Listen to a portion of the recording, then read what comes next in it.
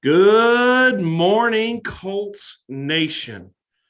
Welcome back to the first edition of the No Horsing Around podcast, brought to you exclusively by my new home, the Lounge Room Network. And I could not be more excited to be on the Lounge Room Network. We'll touch a little bit later. I'm sure people are curious as to why the move and what was going on, but we got more stuff to talk about. We got bigger stuff. As I hinted today, if you follow me on Twitter at Stephen Burton 86, on today's episode, we are joined by probably one of my best friends, one of my closest friends. You guys heard me call him the man, the myth, the legend. You guys know him as the host of the Bama Lounge, as well as the 19th Green podcast, Adam Raymer. And then when we're done with Adam, we're still going to jump into the social media sessions powered by One Call Technology. Got more than enough questions to satisfy today. We're going to probably have to push them to another episode later in the week, just because there are so many.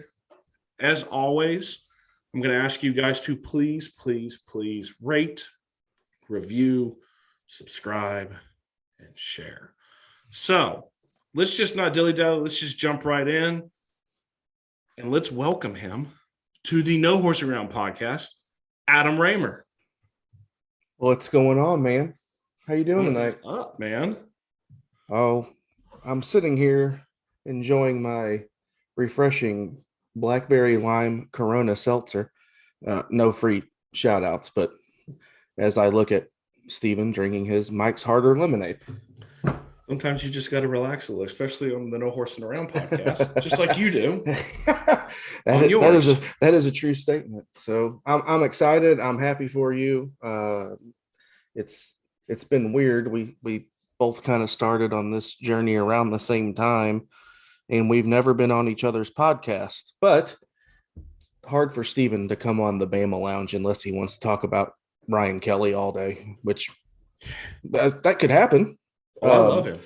It'd be tough to fill an hour, but I could probably fill about 45 minutes. No, but I'm rolls and all sorts of good stuff. I mean, but we had talked, and I think everyone who listens to this knows probably at least once per episode, we name drop the Bama Lounge. We name drop Adam, we name drop Blake. And that's partially due to the fact that everyone knows that me and Adam kind of broke in together. We were at the other network together. Then we kind of separated a little bit when I went over to the Blue Stable. And now we're back together at the Lounge Network. So we're really the boys are back together. We're pumped for it, man. We're excited. So, I mean, I feel like the audience and the listeners, Lord. We're going to touch on, just so y'all know, we're going to touch on some players that the Colts have been linked to. Adam's been gracious enough to kind of dive into some teams, some players that do not play for Bama, but are SEC talent players that the Colts have been linked to throughout the draft process. But I think, it's right off the top rope. We got to talk about Mac Jones, because obviously people who listen to me know me and your co-host, Blake, have a friendly rivalry when it comes to how we feel about Mac Jones. So the latest scuttlebutt with him is this whole number 3 overall pick to the Niners. Yep. We were talking a little earlier in the day. Do you feel like he's worthy of the number 3 overall pick? Worthy is, do I think they're, first of all, it depends on what team it is. And obviously San Francisco's getting that number 3 pick. I think he fits that system well. I think with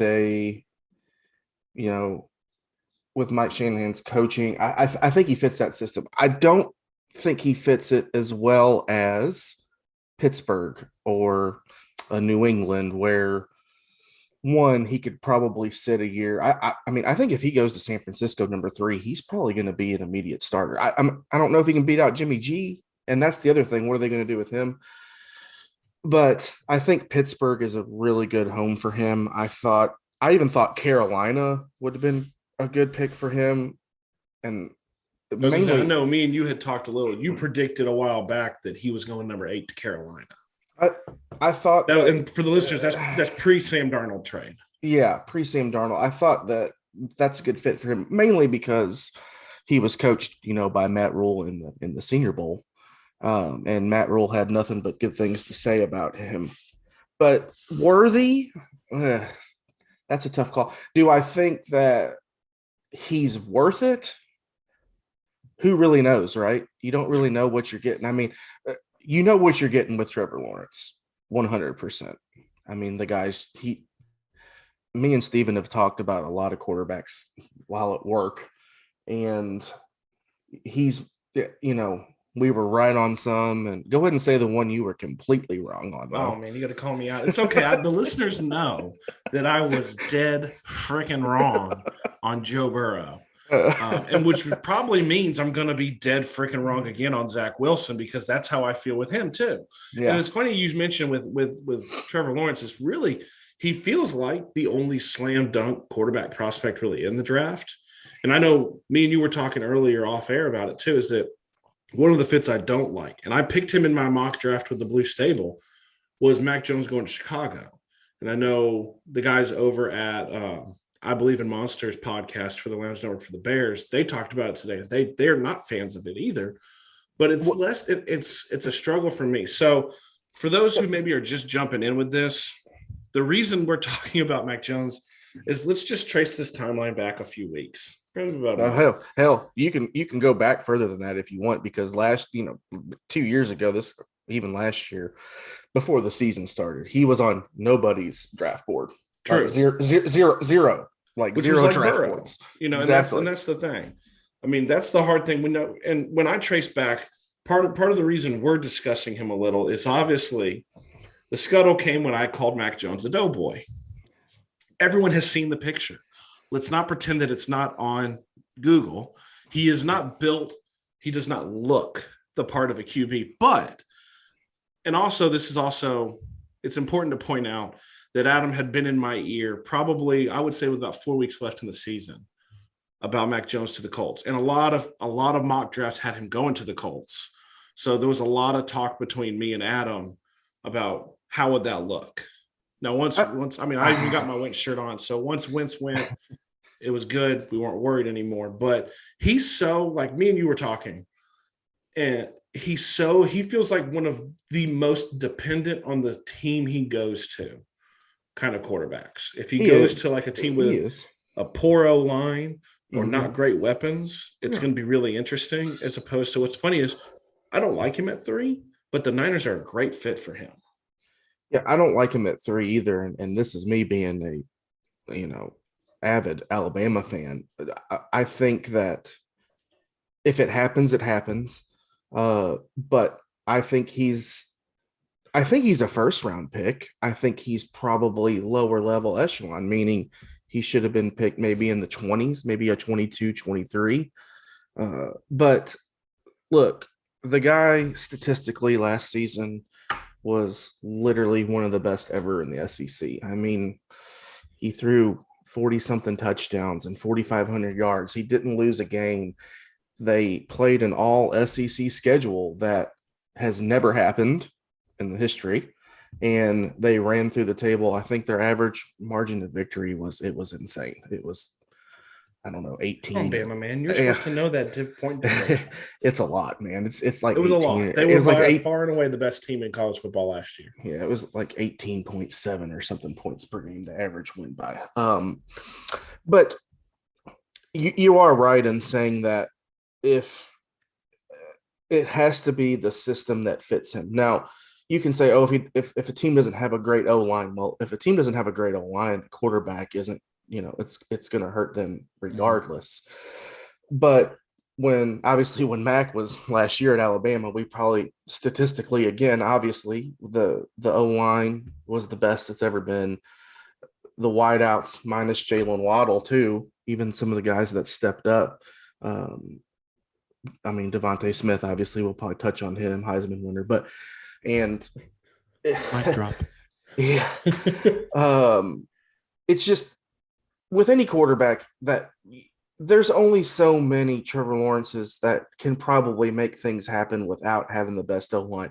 Mac Jones is not going to kill you outside the pocket, but I will tell you that he doesn't get enough credit for his athleticism and moving in the pocket and creating a lane to throw in. And the guy had a 78% completion percentage for the season. So regardless of all the talent, and I get that all the time, and it doesn't make me mad, but it does sometimes because yeah, we have great talent in Alabama. We know we reload every year, and still though, with you have the best offensive line, the guy still has to make the throws. It still has to be, you know. And then you can touch on his pro day. He didn't have a great pro day, but everybody that's watched him, I think, if he goes to the right system, and like you said, does he deserve number 3? I think he deserves it. Should he go that high? Probably not. But you are right in saying that San Francisco is probably a really good pick for him, other than I think, like I said, maybe Carolina or dropping down to Pittsburgh or maybe New England too. I Yeah, mean, that's the funny thing. Belichick and Saban are, best buds. So it wouldn't surprise me if he falls and they take him. Well, I don't think he falls though. With the Colts too, like he probably would have been a good fit. Yeah. Frank Wright, offensive minded coach, amazing quarterback line. It would have been interesting. Yeah. So so obviously Mac Jones is not, the Colts aren't taking him. Let's get through with some of the players. I mean, I could pick your brain on a lot of the players, obviously. I do off air quite a bit. But obviously, you have Waddle and you have Smith and you have Najee Harris and you have all this talent, all these weapons that are coming out.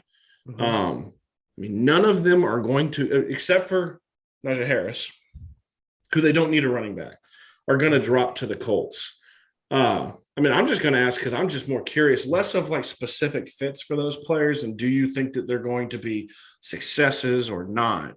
Is more of, what is it like covering a team that produces 6 to 7 first rounders every year? I know we joke all the time when you try to tell me, oh, they've only signed, 10 5-stars. It's okay. They're 4 stars. It's never that many. Like, what is that like? What is it like because I think we were going over it today. Didn't we come up with six first rounders potentially for them this year? I think 6, potentially 7 if you throw you got Mac, Devontae, Patrick Surtain, Leatherwood, Landon Dickerson is a maybe, Dylan Moses is a maybe, and you got Christian Barmore, and then you got Najee Harris. So 8, I think that's 8 that could possibly go in the first round. There's a couple that I think the first 4 or 5 that I named, like Mac, Devontae, Waddle, Surtain and Leatherwood. Mac, Devontae, Surtain, Leatherwood, Waddle are for sure gonna go in the first round. Leatherwood probably towards the end. The other guys probably middle to. I think Patrick. This is hard for me, but I think it's not really hard because I'm going to pick Patrick Surtain. But I think Patrick Surtain is the first defensive back that's taken off the board out of everybody. I mean, go ahead. I know you're wanting to say something. Now I've got a fun question for you though. Then, legitimately looking at the way the draft is going to break, and who's where, and what we think we know, who's the first Bama player off the board, and to where? Do you think it's Mac at 3? Ooh, TikTok. Man, yeah. I if I was a betting man, I think the sides are kind of split right now on Mac. I think me and you talked about that today. Man, if I had to guess as of right now, I would say Mac's the first one gone, and I think he is. I'll tell you one of the funny things that I've seen over and over is, obviously the first receiver, and I know this probably gets up in your crawl. The first receiver that I've seen going off the board obviously is Jamar Chase, which it's tough to argue with. I don't disagree with that. And I tell you why I think Mac, because you got 1 is Lawrence, 2 is probably going to be Zach Wilson. 3's iffy. I think 3's going to be, it could go 3 different ways. Literally it could go 3 ways. If it gets past 3, I don't think Mac goes before probably Waddle. I think Waddle goes before Devontae. That's what I was going to ask you. I've seen a lot of that. I've seen Yeah, I think comparisons saying he'd Waddle. be number one if not for Yeah, his injury. yeah, and you got to remember that with him, he didn't play the whole year. He got hurt in the Tennessee game on the opening kickoff. So, And you got to wipe the memory of what he looked like in the national title game too. yeah, I mean, he just so injured. that was just heart. I mean, he just wanted to be out there. He probably shouldn't have been, but I think if Mac doesn't go 3, I think the 6th pick, which would be the Dolphins, I think they would take Waddle or Devontae. My guess is it'd be Jalen. So yeah, I think that's what I've seen. I've seen a lot of that. I think it's either one of those two that go first. My guess, though, if I had to just gun to my head right now, I'd say Mac number 3, just because there's a lot of talk about it. But I feel like that's what's going to happen. Okay, but would we be utterly shocked if it didn't? No, because it's draft night. You know what I mean? Well, and just little plug for everybody is we're all going to be live over at the Lounge Room Network. Yep. We're going to be live streaming the first round of the draft. So I'm going to be there. Ab's going to be there. Rhino's going to be there. Juan's going to be there. We're all going to be on there. I'm missing numerous people, but we're all going to be. So you're going to see like probably that oh shit moment that Zach Wilson drops and Mac Jones goes number 2, and everyone's going to flip their lid. Or Trey Lance jumps up, or Fields, or something. Justin Fields go number 1. Yeah. Something's going to happen in the draft. That wouldn't. I mean, that would be the shit show. That would be the shit show of the draft right there. But I started thinking about it. I was like, hey man, it's Urban Meyer. He has ties to Ohio State. Man, I'll tell you this. He would get fired, Stephen. Oh, he would. And I would be thrilled because I don't really like him. And on the same token, I've had numerous conversations with people who get really upset with me when I give my take on the Jaguars. So like I break down the division sometimes. And I said that the Texans were in disarray and the Jags were the Jags. And I caught a ton of slack from people about saying the Texans were in disarray. And I'm sorry. I mean, I don't, with Rashad on here before, I don't presume to know anything going on with Deshaun Watson. The only thing I can presume is that he's going to be suspended at some point. And if he doesn't play, they're horrible. So, and the Jaguars, I'm sorry. I've told you, I reserve my fear and my respect for a quarterback who's taken snaps in the NFL, not someone who's never taken a single one.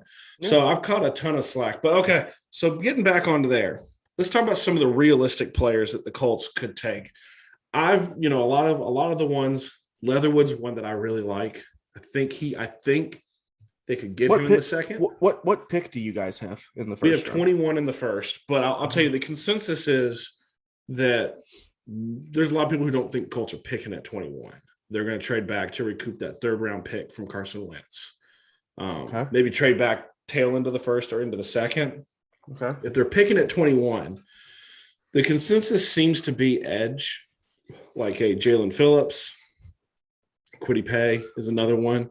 I love J.C. Horn. I love Rashad Bateman too, but I don't know if they're taking either one. Me and you talked earlier, and the listeners have heard me say, J.C. Horn's not going to last till 21. He's just not going to. Bateman probably won't either. It's so quarterback and receiver friendly this year too. With those defensive players too, they're going to get pushed down. You've talked about it. I've talked about it on my podcast here too. But there's so J.C. much Horn and Patrick Surtain. Yeah, and Patrick Surtain is not going to be there. I mean, he's so talented. Yeah. I would love it if he was sitting there. Part of me hopes he's not, because I do really think they're going to trade back. But I think you've got 2 shots. Maybe 3, but I think one of them you probably won't take, and that's Landon Dickerson. Oh, I love him, man. He's a center. Yeah, that's what I'm saying. Can he play other? Tell me and the listeners, can he play other areas? I think he could. So you should know. Obviously, Landon Dickerson because you're your family and everybody is Florida State fans. He just got a bad rap. He couldn't stay healthy there, and he came over to us and that dude was a 5-star in high school. So it wasn't like he was, just some Joe Blow kid off the street. But when he came, he was instantly a locker room leader, well respected. Obviously, he's a huge dude, 6'5", 6'6", like 320, but just really smart, didn't commit penalties. And he stayed healthy pretty much his whole career until the Florida game when he tore his ACL. I think he's probably there for you, obviously, but you don't take him. Leatherwood, I've seen some people taking him higher, and I've seen some that he falls to the second round. So another dude that here's my thing on Leatherwood. I think he's a tackle right now, but I think in the NFL he'd be a better guard. Just because I think him getting off the ball and side to side isn't as quick. The dude's huge too. He's the same size as Landon. Actually, he might be a little lighter, but he's got huge hands and he's good. His blocking and everything is great. It's just getting off the ball. So if he's going to be a tackle, obviously, if you've got a speed edge rusher, it's going to be not easy, but if if his first step isn't good, then those speed rushers in the NFL are gonna kill him. Yeah, and obviously for the Colts, tackles. I mean, obviously we have on one side the left guard. You have probably the best left guard, the best guard period in the NFL, and Big Q and Quentin Nelson. So he's not really going anywhere. Right guard, maybe you could see obviously the need for the Colts is tackle. That's why I was curious with Dickerson because me and you have talked. I love him. I love his leadership. Mm-hmm. And he is one who I mentioned months ago on here that he was a kind of a sleeper pick that I liked. I think he could move. I think he could move. Obviously, he's played center for us, and I think he was a center at Florida State. I'm not sure. He didn't really obviously see the field a lot. If there's somebody that I think could do it, it's probably him. Now tell me, am I wrong? Did he suit up in the national title game? Did he? He took a snap too. He took because I remember talking to you, and it was like, oh my god, he was cleared, but he wasn't cleared. If you know what I'm saying. I mean, there's no way he could have played in the game. But since the game was already pretty much well out of hand, they just had him snap it on the. Us Colts fans, we don't know what that's like to be well out of hand in a game. The cardiac Colts all the time. My team, obviously me and Steven live about 10 minutes from each other, but him being a Colts fan, since I've lived here, I've become a Titans fan, which thank God for Derrick Henry. That's all I'm saying. We won't get into the Titans that causes scuttlebutt. No. But I think I know how much you like Dickerson. I think he could move. I still think he's a better center. And then what I said about Leatherwood. Now, an interesting one is, I don't know if you need him or not, would be Dylan Moses. Mm-hmm. I've seen him as high as like 12 before, and I've seen him in like second round. And 12, not so much now. I think that was earlier. I think he's probably end of first, beginning of second, maybe even middle of second. I don't know if you guys need a linebacker, but that guy in eighth grade looked like he was our age. Well, what's funny with the linebacker position is there's been people talking about it. So obviously that's a strength on the team. You have Darius Leonard, who is probably, if not the best linebacker in the league, top 3. You've got Bobby Okereke, who really came on last year. Obviously, Anthony Walker's gone this year. He left. He's in Cleveland now. So there's a slight need, but the big question is always, do you draft to improve strength? Like go to where you're already strong and just improve it? Or do you take something else? It's going to be really interesting. So I want to pick your brain too. Because me and Adam were joking about before this, saying there's only a handful of Bama players that we think we can really touch on. So I asked him how prepared can you be for a couple of SEC players, and he was like, God bless him. He's like, I'll jump on it. I'll do what I can. So obviously, there's a couple of SEC players that have been linked repeatedly to the Colts, and that's Kadarius Toney out of Florida, the human joystick. There's J.C. Horn, and then why am I spacing? Terrence Marshall. Terrence Marshall. Yeah.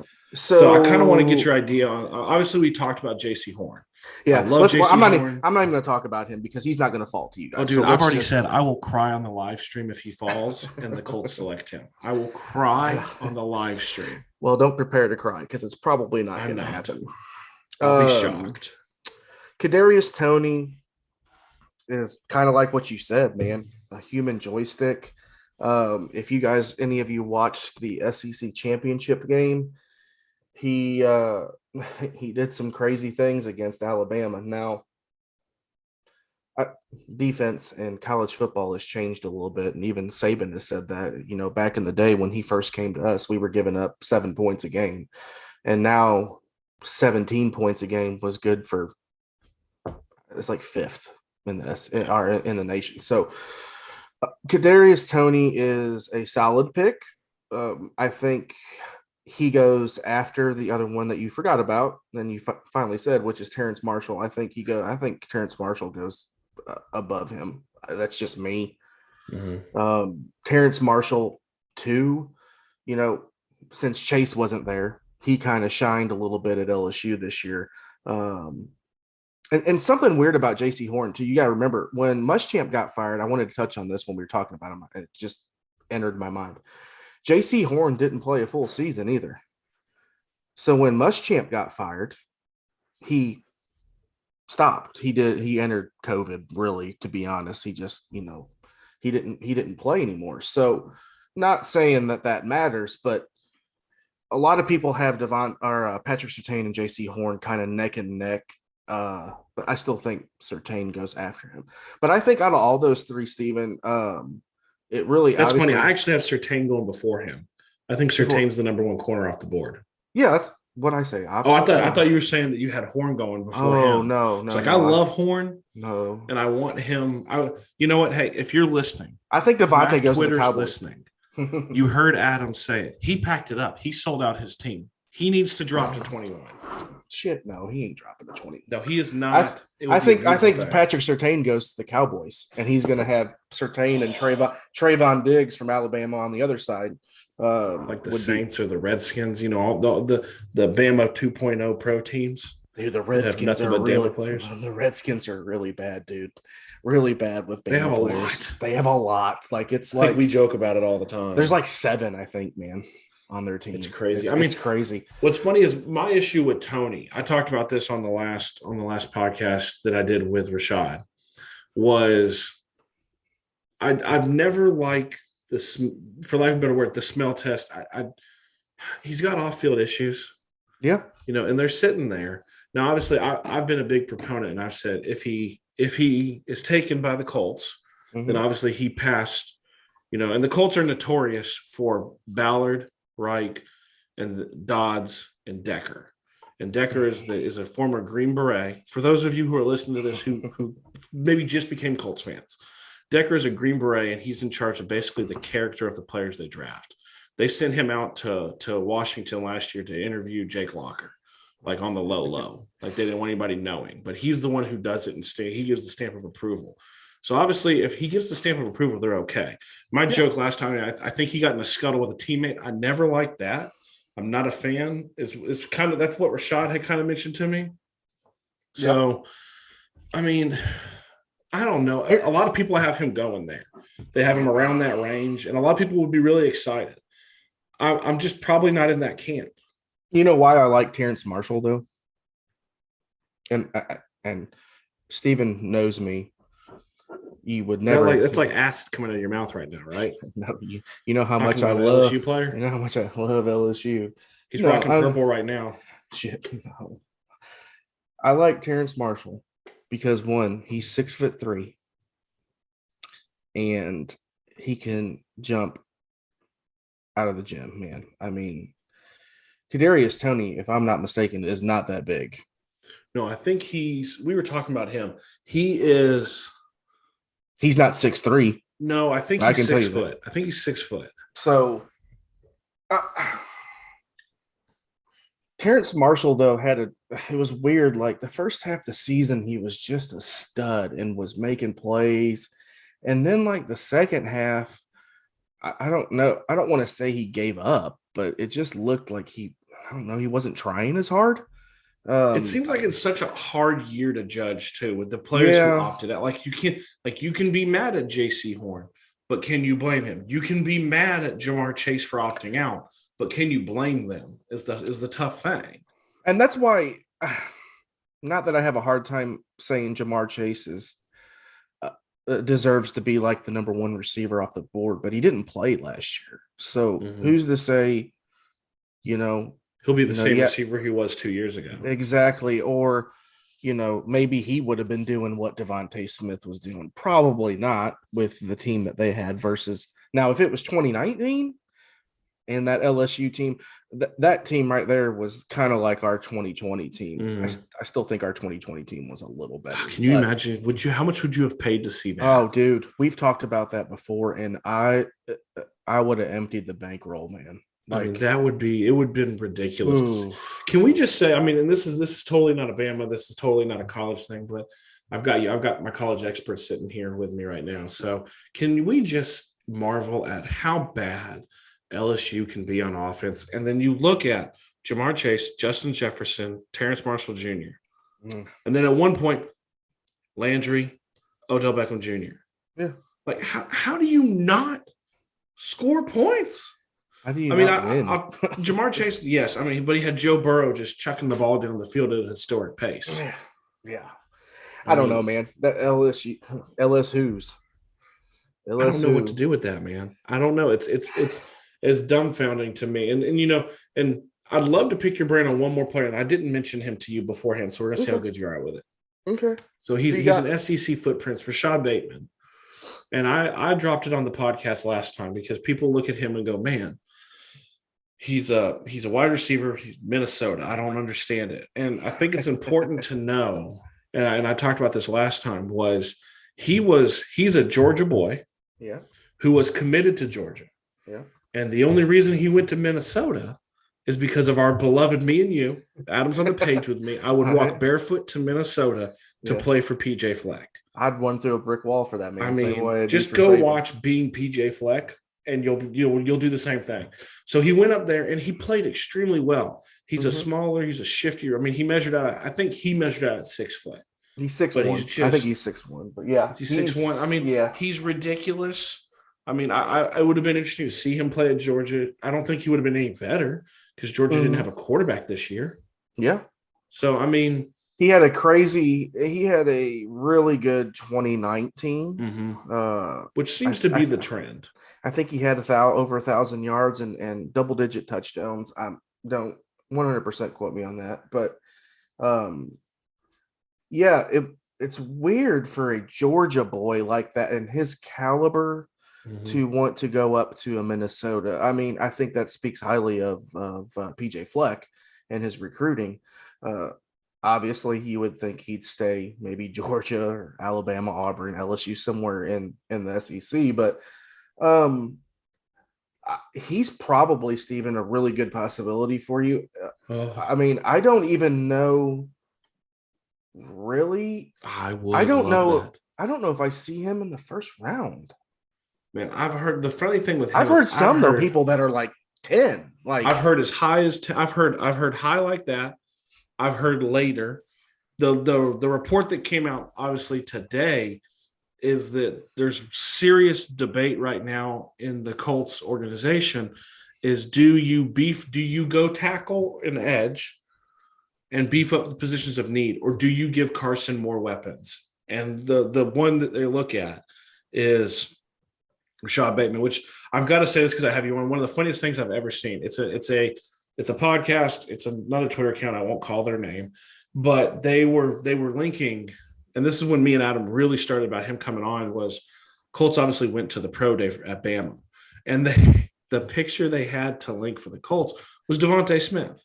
Yeah, like in what world are the Colts going to be drafting Devontae Smith? Like it's not happening. He's going like top. I think in my mock I had him going to Carolina at 8. Yeah. Because just the way that it broke, and I thought it was a great pick, and it got big thumbs up in the mock draft. But it's going to be a really, really interesting. Okay, so I'm going to leave on this note with you. I want to get a prediction from you. Okay, won't hold it to you, even though we'll all be on the live stream together. How many Bama players go in round 1? 6. Damn, that was fast. I was expecting you to be like, I don't know. No, I'm not going to ask you who. I mean, well, no, no, screw it. Yeah, who? God damn. All right. Who do you think? Who do you think goes? I think it's gonna. Six. I got 6. Yeah, I think it's gonna be Mac, Okay. Devontae Smith, Yeah. Jalen Waddle, Yep. Patrick Surtain. I'll I agree. think Alex Leatherwood, and it's Boy. somebody we really didn't talk about much tonight, and it's Christian Barmore. I think he goes round 1. Those are all good ones. I mean, I could see all of them.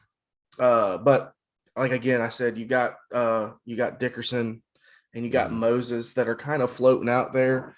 I don't think Dickerson goes round 1. I think he goes 2 or 3. If he slips to 3 to somebody, I think that's a great pick. And I think if Dylan Moses slips to the mid to end of second round, I think that's a great pick. But those, I think really, to be honest, Barmore and Moses have a better chance of flipping into that first round than Dickerson does. But those, Barmore's probably going to be at the end, but that's who I'm going with, man. Okay. 6. I can't disagree. The only one that I cross my fingers and hope you're wrong on, obviously, is I'd like to see Leatherwood drop to the second, and that maybe the Colts could pick him up in the second. I'd love to see that. Okay, so tell them because this is the first time you're coming on the Colts. Yeah. Tell everybody where they can find you. Obviously, we didn't touch on because this is Colts football, but definitely go check him out on the 19th Green Pod. We play golf once a month, all of the two of us. So he's really knowledgeable on that. But give everybody where to find you at and what to do. I've got multiple platforms now that I run multiple. Let me kick back and take a few minutes here. Yeah, podcasts. And find me on Twitter, guys, at Adam Raymer 11. That's my personal page. Obviously, if any of you guys are Bama fans, you can go. Me and my buddy Blake have a podcast, the Bama Lounge. Obviously, and we don't just talk football on that. We talk all sports on that. Steven's attested to listening. I've talked about gymnastics. So, and I'm not a Bama fan, you guys. And I mean, obviously, Adam's one of my best friends, but literally it's appointment listening for me too. I listen to it mainly because there's a whole lot of tit for tat too. You'll get to hear Blake's comebacks on me a lot of times too, which is always fun. That's true. Also, we are starting a new podcast. Me and Brandon Wolf. It's the 19th Green podcast. We were going to try this week, but we've got some other things that are coming up, and so it'll be out, and it's actually going to be live streamed on YouTube and Twitter. But yeah, you can find me there. We got a Facebook, obviously Instagram. If you guys really want to get a hold of me, the best thing is hit me up on my personal Twitter at Adam Raymer 11. I'm with it. Check him out, you guys. Y'all, if you've listened to this long enough, everyone has heard me talk about Adam. Everyone has heard me reference his first podcast, Tide Nation. And then everyone knows on here too, we won't reference the Bama. We don't reference the network. It's the name, though, that's not spoken. And now, he's doing big things over here with us. I'm over here with him now too. So check him out. Adam, man, we've spent all day together, so it's always nice to get to talk a little bit later. So thanks for jumping on, man. And I'll talk to you later. Yeah. All right, buddy. Appreciate it. All right, see you, man. See you. Okay, you guys. So next up, we're going to get back into the social media sessions, which is powered by One Call Technology. One Call Technology is a telecommunications company, family owned, over 100 years of experience from the staff. They specialize in telecommunications. And I know I joke all the time. All my listeners are sitting here going, what the hell is telecommunications? Telecommunications in this aspect is phone systems and carrier services. Carriers are Comcast, AT&T. You live in the South like me, Charter's another one. If you're looking at your bill and you think to yourself, holy shit, I'm paying too much money, One Call Technology can take care of that. It's just a simple phone call. You can hit them up on their website, www.onecalltech.com. They'll take a look at the bill, like you guys have heard me say, for zero, nada, zilch, zip. Doesn't cost you a single dime for them to look at it. They'll come through it. Their experts will look through it. They'll find out if you're paying more than you should be, if you've got more services than you need, and they'll save you that money. So if you want to do this, if you want to see if maybe you qualify, obviously, like I said, go to the website, hit them up, tell them No Horse sent you. I work there. Adam works there too. You may get one of us on the phone. You just tell them that we sent you and you may get, a great deal. So Obviously, social media session is a little different tonight. It is going to be me answering a handful of questions. Uh, so let's kind of start going through. So first one comes through Bleacher Report. It's from Lloyd. Is there a skill position player you would be happy with taking in round one if Ballard's favorite offensive tackles are gone and no trade offers seem good enough? Yes, hell yes, it's Rashad Bateman. Y'all heard me talk about it on with Adam. You guys have heard me talk about it for weeks. I love Rashad Bateman. I think he's very fluid. He seems to be maybe what Paris Campbell could be if he could stay healthy for more than a couple of games. So I love the idea of Bateman. I love JC Horn. We all know he's not going to fall there. But Bateman's probably my best option. He's my favorite one sitting there in the skill positions. I like a lot of receivers, but not that early. So I mean, he's definitely the one. Next up, from the Colts Nation group on Facebook, we have Charles Cook. Why do certain positions have certain numbers they have to wear? So this is fun. I had this one in here because obviously the news this week was that the NFL revamped their rule about what players can wear what numbers. Obviously, since the dawn of time, wide receivers have worn 80 to 89. Then they changed it and they could wear 10 to 19. Obviously, in college, players wear whatever the hell they want. Rashad Bateman's number 0. And the NFL never wanted to kind of adapt that because I think it was a worry of knowing who's where and what. NFL has gotten a lot more hip with the times. They're trying to obviously compete sometimes with the NBA in regards to that young demographic. So they changed that rule. And now running backs and wide receivers can wear single-digit numbers. To answer your question, Charles, the reason why they did was so the players could identify who was who. Could be confusing if a wide receiver was wearing number 2, was he what was going on? And obviously, like Tom Brady came out and he wasn't a big fan of it. He talked about safety issues and blocking issues, and that's a thing. But it is what it is. It's going to be really interesting. There's a lot of players who are already talking. Paris Campbell's kind of joked, like, what number should I pick? Maybe he's going to change. There's going to be some number changes. But to kind of offset this too, the NFL has said that if you're going to change your number, you have to buy all the stock of your jersey that is sitting out in production with your old number. So that's going to deter some players. It'll be interesting to see who does. I could see like an Odell Beckham Jr. changing his, something like that. Maybe a Derrick Henry, although 22 is really popular for him right now. Okay, so coming out of the AFC South fan battle Facebook group, what do you think our top priority, this is from Matt North, our top priority is in the draft, and how likely is it that Ballard would trade back given the amount of picks we currently have? So let's trace this back a little bit to me and Rashad's many, many conversations. And one of the things that we discussed repeatedly was the idea that we really, really think the Colts are going to trade back. Don't have a third-round pick. Gave that up for my boy Carson Wentz. And Ballard is probably going to trade back, mainly due to the fact that there is a ton of talent outside of edge. There's not a lot of talent at edge. We know who we like. We like Quiddy Pay. We like Jalen Phillips. Greg Rousseau's on the board a little bit. There's certain ones that we like. It's a little more shallow on that end. Ton of talent when it comes to tackle, when it comes to the O-line. And he could probably trade back. And you heard me talking to Adam. Alex Leatherwood is one that I think they could trade back and probably still snag at a position of need. And he doesn't have a lot of picks, you guys. Ballard does not have a lot of picks.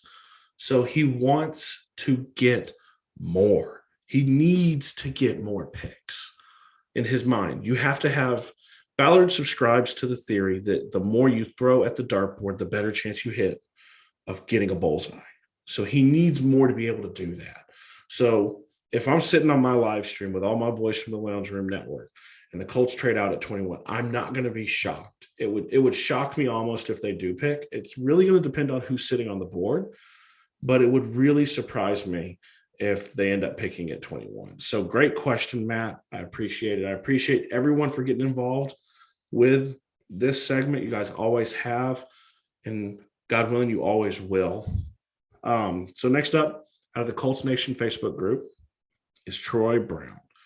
Will we draft a left tackle or will Big Q move over? So this is a quick and easy one. Obviously, a report came out, I think just the other day, that Big Q's not moving. It's tough because when you have an all-pro, future Hall of Fame left guard, he is the best guard of the game.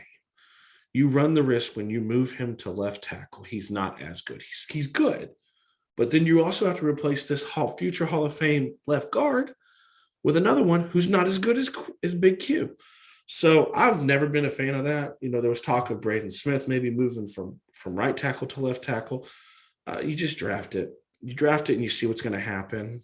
I don't like the idea of messing with the chemistry. So I think they draft a left tackle at some point. I'm not sure who. I'm big on second round and potentially a third if they trade back. So I think they're going to go. I'm team draft when it comes to that more than anything else.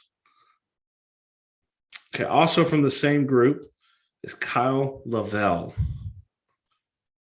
Are they, same question, are they allowing players to pick different jersey numbers?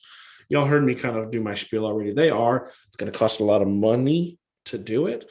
So it's going to be interesting to see who does it. It's not going to be these low-level practice squad players that are wanting single digits. Okay, from the True Colts fans group, Anthony Tomsula Jr. People say that the Colts are a lock in to make the playoffs. Do you think they are?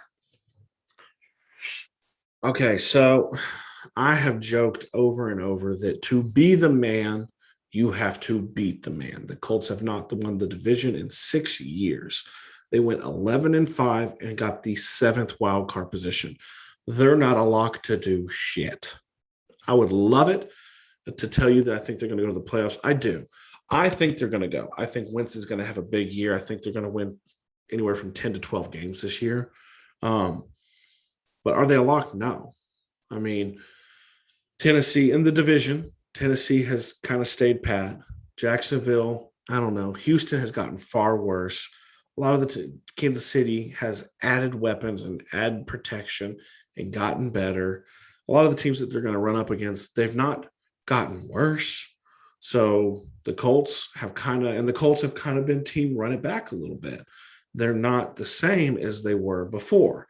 So are they a lock? No, do I think? If you're asking Stephen, host of the No Horsing Around podcast, are they going to make the playoffs? Right now, I say yes, but it's really also hard to judge until we get through the draft and see what melds together. So good question. Okay, next up is in the same group, Jeff Turpin. Why didn't they go get an edge or offensive tackle in free agency? Is Ballard that confident in the draft? I don't know if it's confidence. It's his way of doing things. He's always said that. He's always said you build a team and a culture through the draft. You retain your own.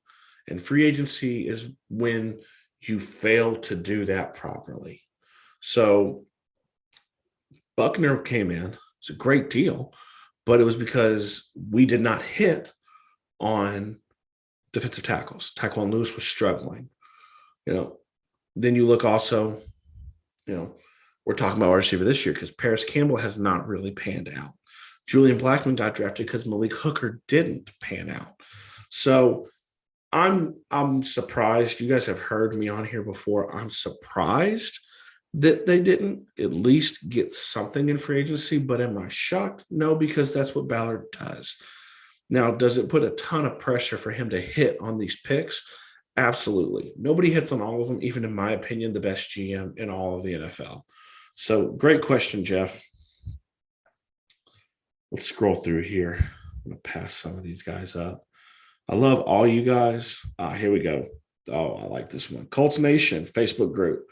Is Frank's job in jeopardy if he coaches out of another game or a playoff game? Take the point, Frank. So this is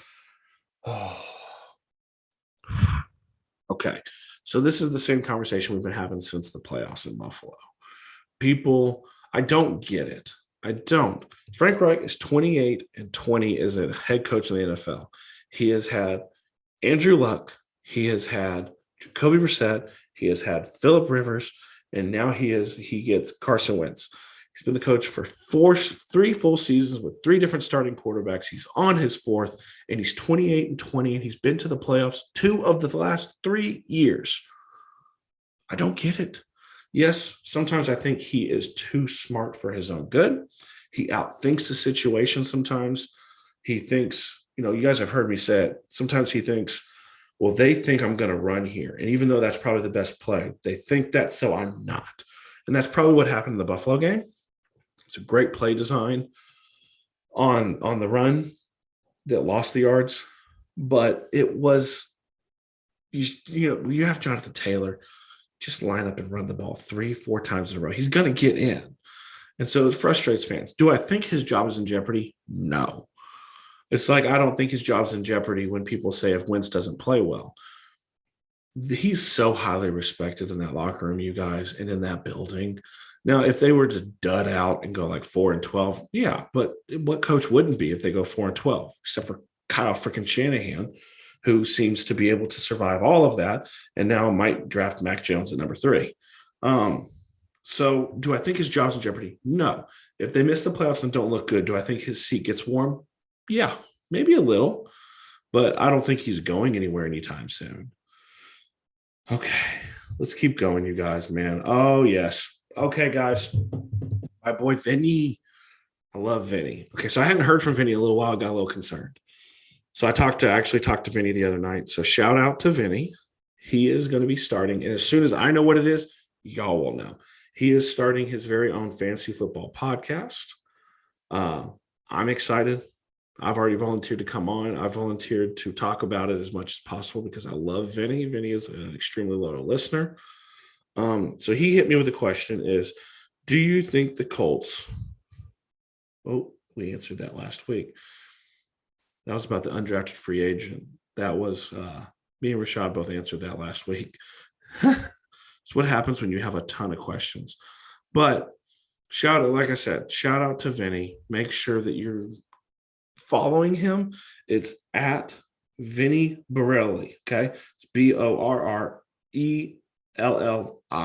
That's how you spell it. Go follow him. He's going to be starting his new podcast soon. We're all really excited about it. Let's do a couple more, you guys. Oh, Sip. We love Sip. Sip found us on Bleacher Report, and like you guys have heard me say, he literally created a Twitter handle to get us questions faster, so I love Sip. What are the chances of us drafting an edge with our first pick of the draft? And which prospect do y'all love to fall to us? Falling, it's Quiddy Pay. I love that. Edge-wise, falling, period, would be J.C. Horn. I would literally, you've heard me say cry, weep. I don't know what I would do. Run naked through the streets of Nashville if he fell and the Colts drafted him. He's my favorite overall player. Edge would be Quiddy Pay. Jalen Phillips, I think, is going to fall anyway. And y'all have heard me talk with our boys over at Blue Stable with Destin and Michael and all of them. I'm not real as high on him. His value is pretty good at 21. The concussions worry me. You can say what you want to be a school rule at UCLA for him to retire. The reason he retired is because he had 4 concussions. He only played 11 games. So he needed to retire. Those are the ones that I like. Do I think we take an edge if the right player is there? And I don't know if that's Quiddy Pay. I don't know if that's Jalen Phillips. I don't know where Ballard sits with his board on how high edge is to him. Y'all saw in the past where I literally would make Rashad weep when I would say that it could be Banogu and Teray.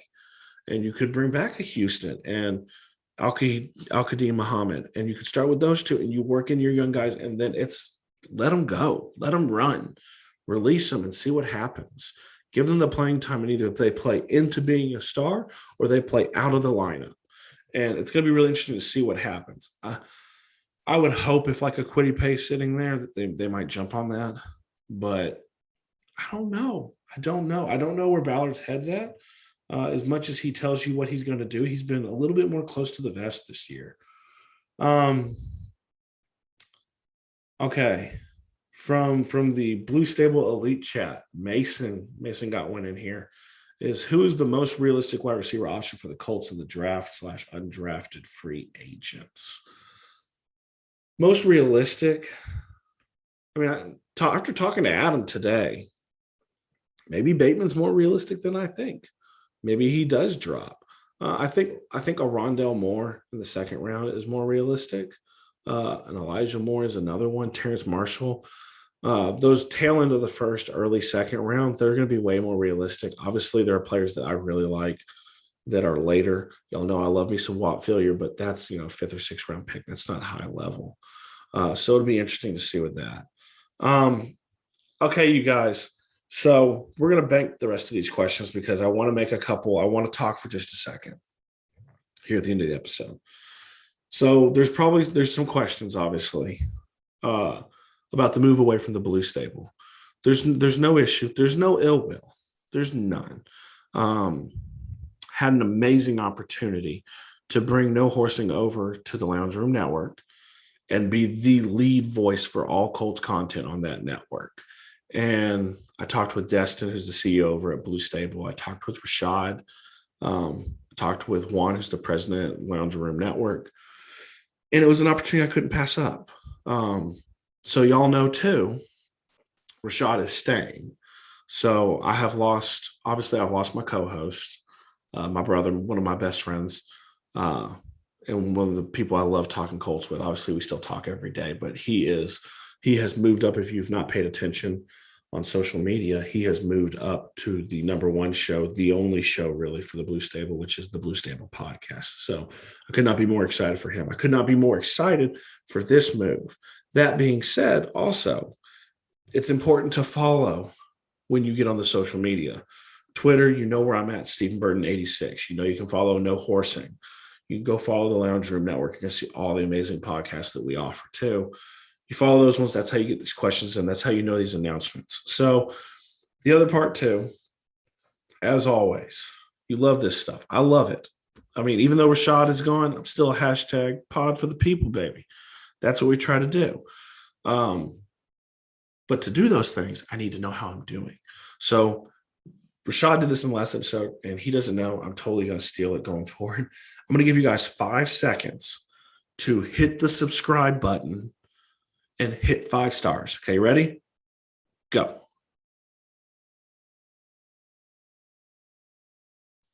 Okay, hopefully you did that now.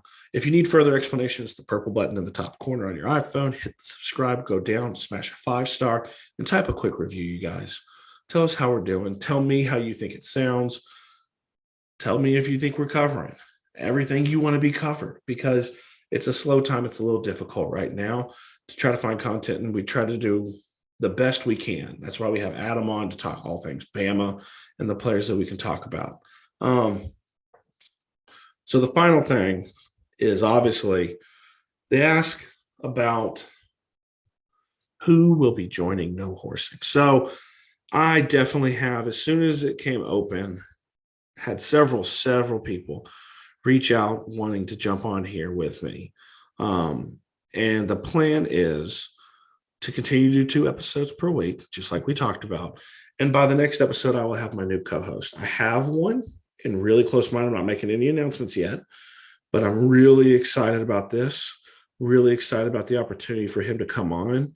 And hopefully that announcement will be coming the next day or so, probably the next 2 days. And that'll line up just perfectly, not for the live stream, but for the next episode, which will be recorded on Friday and drop on Saturday. So I know it's been a hectic couple of weeks, you guys.